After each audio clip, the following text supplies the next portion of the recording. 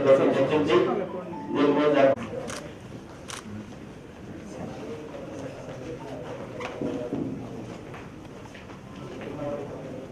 మరి ఒక క్రమ పద్ధతిలో చేయాలని చెప్పేసి ఎన్నికల కమిషనర్ వారు అట్లాగే మన రాష్ట్ర ఎన్నికల అధికారి జిల్లా కలెక్టర్ గారు కూడా రిటర్నింగ్ ఆఫీసర్ అయినటువంటి నెల్లూరు నగర మున్సిపల్ కమిషనర్ గారి ఆధ్వర్యంలో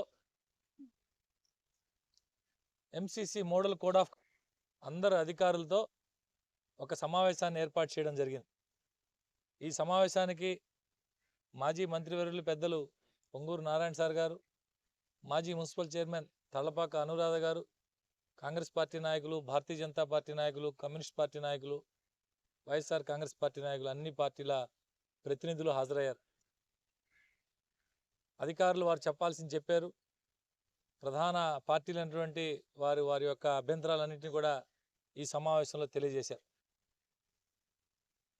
అందరూ కోరేది ఒకటే, ప్రధాన ప్రతిపక్షమైనటువంటి తెలుగుదేశం పార్టీ దగ్గర నుంచి భారతీయ జనతా పార్టీ కానీ, కమ్యూనిస్ట్ పార్టీ కానీ, అన్ని పార్టీల వారు మాజీ మంత్రిగా పనిచేసినటువంటి నారాయణ సార్ గారు అందరూ చెప్పింది ఒకటే, మాకు నిష్పక్షపాతంగా ఎన్నిక జరగాల, అన్బయాస్డ్గా ఎలక్షన్ ప్రక్రియ జరగాల. దాదాపు గతంలో నారాయణ సార్ మంత్రిగా పనిచేసినప్పుడు 34-35 మంది సార్ కింద ఐఏఎస్ ఆఫీసర్లు పనిచేసిన సందర్భంలో కూడా ఎన్నికల ప్రక్రియ మొదలు కాకముందే ఈ విధంగా అని చెప్పి ఏ రోజు కూడా వారి మీద ఒత్తిడి తేకుండా నేను పనిచేయించి స్వయంగా ఈరోజు సార్ చెప్పడం కూడా జరిగింది.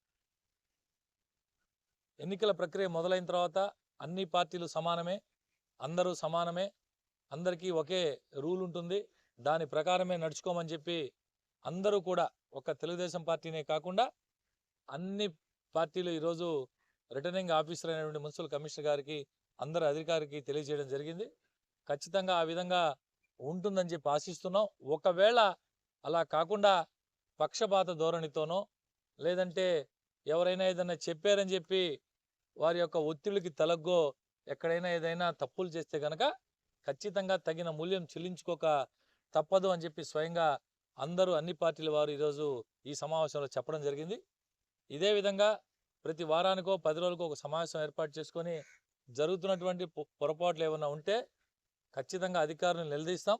అధికారులందరికీ చెప్తా ఉన్నాం. Already election code మొదలైపోయింది.